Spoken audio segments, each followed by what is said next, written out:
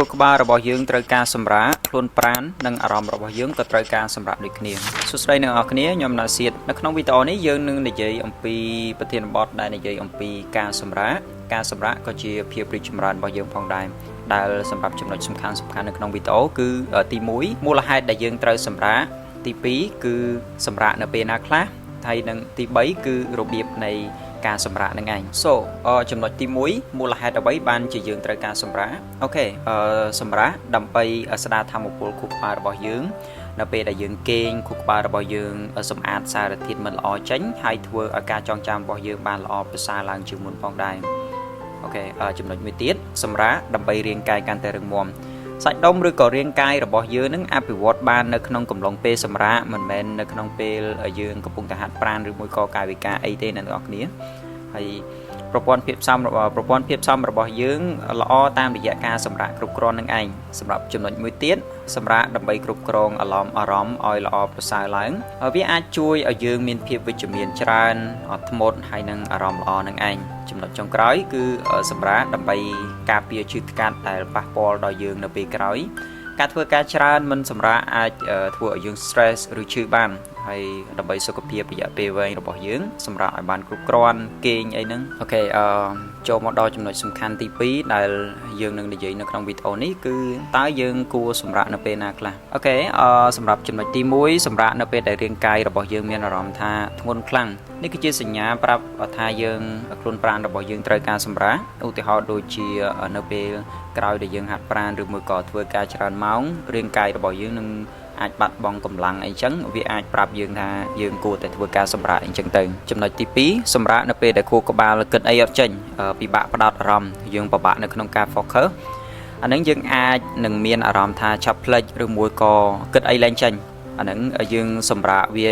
5ឬមួយក៏10នាទីអីទៅវាអាចធ្វើឲ្យខួរក្បាលរបស់យើងមកដំណើរការវិញល្អបានដូចដើមហើយអូខេចំណុចមួយទៀតនៅពេលដែលយើងឆាប់ខឹងឬងាយនឹងប្រើអារម្មណ៍ងាយនឹងចាប់អារម្មណ៍ងាយនឹងបញ្ចេញអារម្មណ៍ចេញអីហ្នឹងរឿងតូចក៏អាចធ្វើឲ្យយើងឆាប់ខឹងបានដែរនេះមិនមែនគឺដោយសារតែយើងវាមិនបាច់ទេដោយសារតែការសម្រាករបស់យើងវាអត់គ្រប់គ្រាន់សម្រាប់ចំណុចមួយទៀតគឺសម្រាកនៅពេលដែលយើង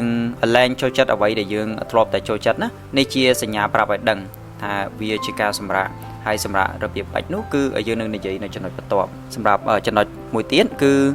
សម្រាកនៅពេលដែលយើងសម្រេចអ្វីមួយធំឬមួយក៏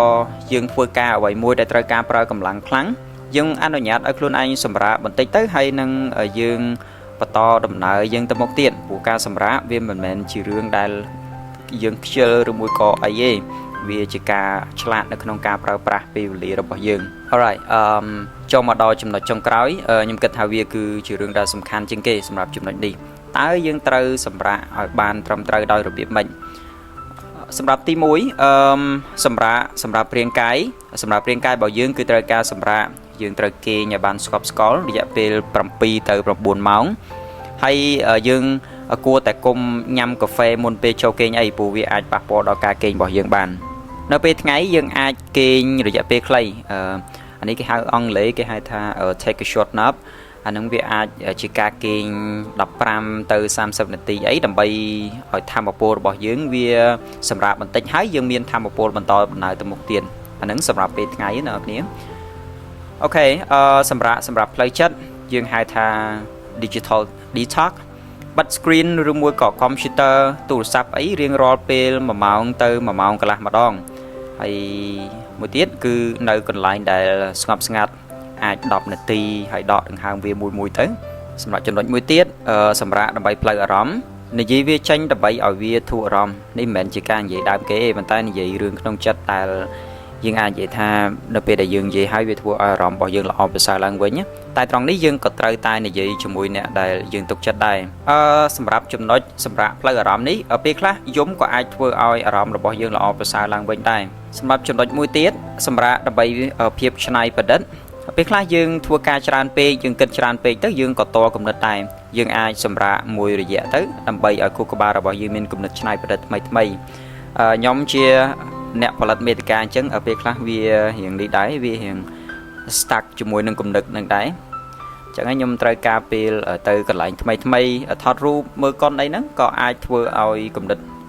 ការគិតរបស់យើងវាមានអ្វីដែលថ្មីផងដែរ So yeah វីដេអូហ្នឹងមានតែប៉ុណ្្នឹងទេអ្នកនរគ្នាវាអាចមិនមានជាអ្វីដែលថ្មីទេគ្រាន់តែជាការក្រើនរំលឹកអ្នកទាំងអស់គ្នាឲ្យចេះប្រើប្រាស់ពេលវេលាអនុញ្ញាតឲ្យខ្លួនឯងសម្រាប់ខ្លះទៅ